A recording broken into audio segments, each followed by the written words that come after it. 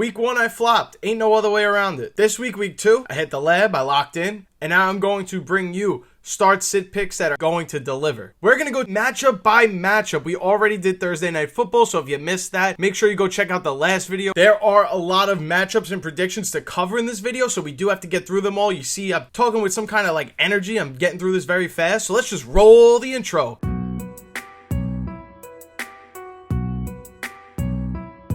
Let's take it matchup by matchup. Let's start first with the Tennessee Titans versus the LA Rams. And if you have Tony Pollard, I would probably look to sit him in this game. The Rams' run defense, even dating back to last year, has been pretty stout. So it's going to be a tough matchup for Tony Pollard. At the very least, temper your expectations on him. If you don't have Puka Nacua, Kyren Williams, I probably wouldn't start anybody else. Yes, Davante Adams is a great wide receiver. I would temper expectations on that. You what? Or at least do whatever you can to not play him in this game. For my players in a deeper league, Chiggy Okonkwo has a good matchup at the tight end position, but you're probably not starting him in your 12-man leagues. Shall we proceed? Seahawks and Steelers is the next game, and I absolutely love Jaylen Warren in this matchup. I believe this is the running back that we should be starting in fantasy if there's any in this backfield. Aaron Rodgers is a solid streaming start. Again, probably not going to be a popular play in 12-man, but has some upside. Maybe if you're a DFS player, you could throw him in. And as for the running backs on the other side of the field, Ken Walker to me at this point feels like a scary start considering what you paid to draft him in redraft.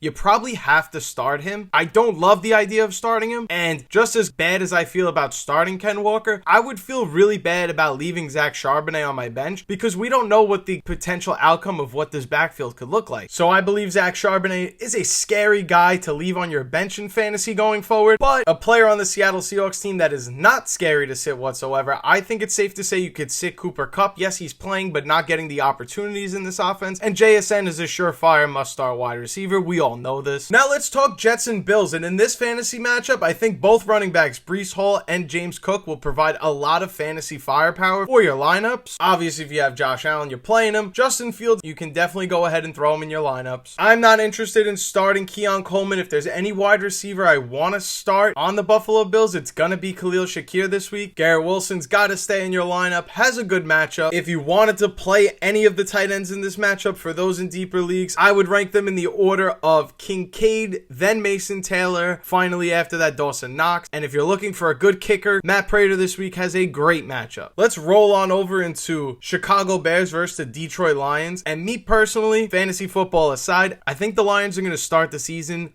0-2. You definitely didn't love what you saw out of your Lions wide receivers last week. I would sit Jameson Williams this week. Definitely starting Amon-Ra St. Brown and hoping for better days. If you have Jahmyr Gibbs, he's never being taken out of your lineup. David Montgomery is a great start if you have him. And at this point, if you're someone in fantasy that owns a Sam Laporta, Jameson Williams, Amon-Ra St. Brown, you're just hoping and praying that Isaac Tesla on this team is not going to take away any of your targets or snaps that you thought belonged to you when you drafted these players. It was reported he may have an expanded role going forward, so that is concerning if you drafted one of these Lions pass catchers, aside from Jahmyr Gibbs, of course. And as for Caleb Williams, no, he did not play good after the first quarter of Monday Night Football, but I think this is a bounce back spot for Caleb Williams, revenge spot for Ben Johnson against his former team. I really like Rome Odunze again in week 2. He did deliver for us week 1 with a garbage time touchdown. If DJ Moore is playing, you're playing him. Come on now. And I would temper expectations on DeAndre Swift, as this is not a good matchup against the Lions run defense. Next, Cowboys Giants. We can keep this one pretty quick. You can confidently start Dak, CeeDee Lamb, Javonte Williams, Malik Neighbors, and I would put Jake Ferguson in that conversation as well. I would temper expectations on George Pickens of the Dallas Cowboys, and I probably wouldn't start Tyrone Tracy in this matchup unless I was desperate. Ravens versus Browns is the next 1 o'clock game. And no, Derrick Henry and Lamar Jackson are never going to leave your lineups. I'm not saying sit them, but I think this is going to be an ugly game for the Cleveland Browns and the Baltimore Ravens. I don't think a lot of points will be scored, but I do think that everyone in this game will get theirs. I also think we need to start saying that Zay Flowers must be started every week, with the true lack of a number 1 wide receiver emerging or someone to take a lot of the targets, even though there aren't a lot of targets to go around in the first place. Zay Flowers is going to continue to make the most of his opportunities and get the most on this team, so he's got to be a must-start player. Just like last week, and as we predicted, Jerry Jeudy and Cedric Tillman must be started in this matchup as well. They should get a lot of opportunity trailing. Going forward, maybe not so much in this matchup. I like Harold Fannin Jr. as the starting tight end going forward for the Cleveland Browns. I wasn't that high on David Njoku this season to begin with, and it seems like he's running away with the job, even though it's just 1 week. If you grabbed Dylan Sampson off waivers this week, congratulations, you got the best running back on waivers. But also congratulations, you're probably not going to be able to start him in this matchup because it's not a good matchup for him. We could also assume that game script will not help Dylan Sampson in any way, and the Browns will probably not be sitting up 10 points comfortably with the lead at any point. Saints and 49ers. Now let's talk Saints and 49ers. Don't want to spend too much time on this game. Christian McCaffrey, Ricky Pearsall, I'm playing those guys, no doubt about it. As for the Saints players, Alvin Kamara's got to be playing. Other than that, Juwan Johnson,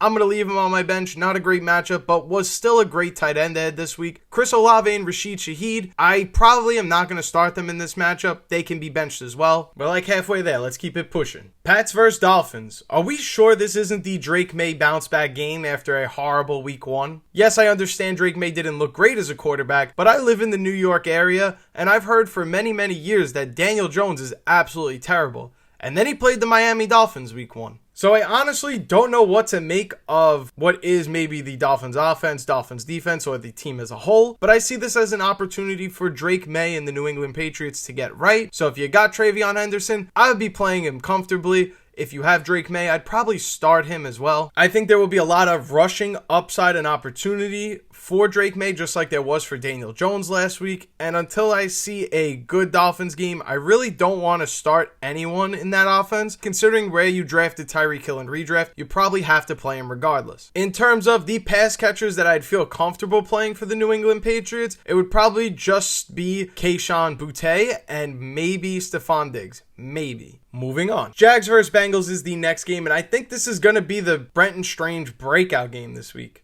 I would definitely be starting him in fantasy if you have him. Start Travis Hunter. There should be a lot of opportunities for him. You're definitely starting Brian Thomas Jr. And as always, you're starting your Bengals no matter what. Joey B, Jamar Chase, T. Higgins, Chase Brown. They all go in your lineups no matter what. Next, another game I don't want to talk too much on. Cardinals vs. Panthers. I do like this game a lot. This should be an exciting one.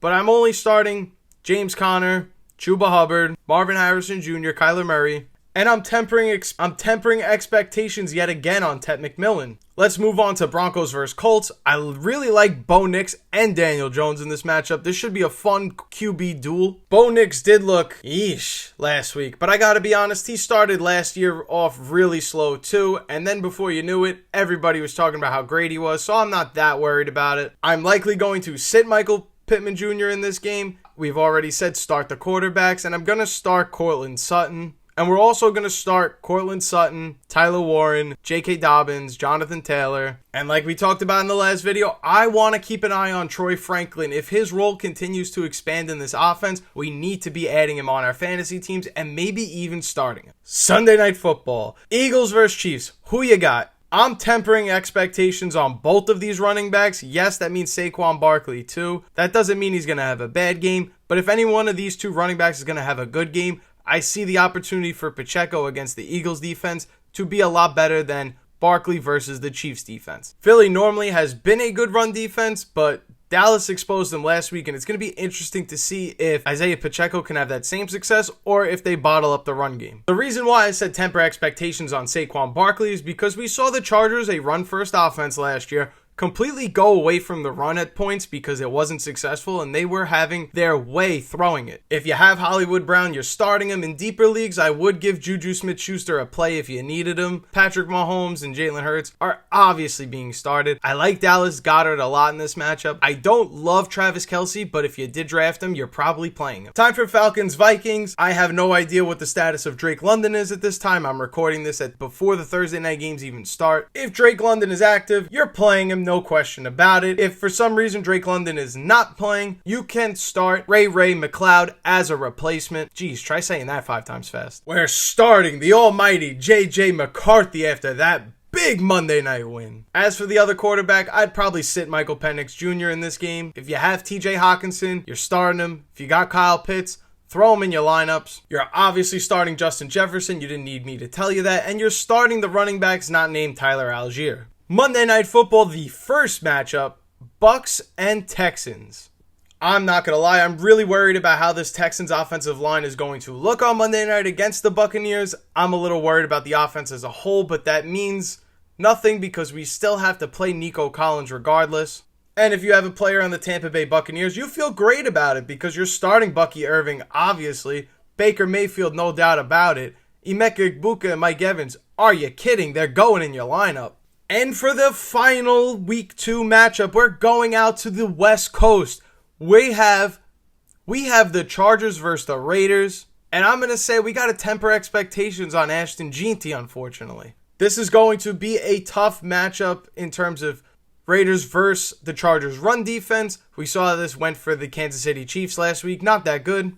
And the ability to run the ball could be even more difficult if Brock Bowers were for some reason to miss this game. I don't think he will. You're starting Amari in Hampton. You're starting Jeanty regardless. You're starting Justin Herbert. I would temper expectations on Ladd McConkey personally. Jacoby Myers, you're firing him away in your lineup regardless. And if you needed a flex play, Keenan Allen has got a good matchup. I would prioritize Keenan Allen over Quentin Johnston, but you could play either or. So that's every Week 2 matchup in the NFL covered. I absolutely locked in. I feel really confident about this that I'm going to deliver for you guys. I owe you after last week. But if you stuck around and made it this far into the video, thank you guys so much. I truly appreciate it. If you're new here, you like fantasy football content, make sure you hit that subscribe button down below. And if you like this video, feel free to smash the like button for your boy. But that's all the time I have for you guys today. If you have any start-sit questions of your own, fire them down below in the comments. I'd love to help out your fantasy football teams. But thank you guys so much for watching. My name is Turtle. This is Outlier Fantasy. And I will see you in the next video. Wow, you stuck to the end of this video? Thank you so much. If you're new here, make sure you check out one of these videos on the screen right now. And don't forget, before you leave, make sure you're subscribed so you don't miss any fantasy football videos on this channel. And that's all I got for you guys. I'll see you in the next one.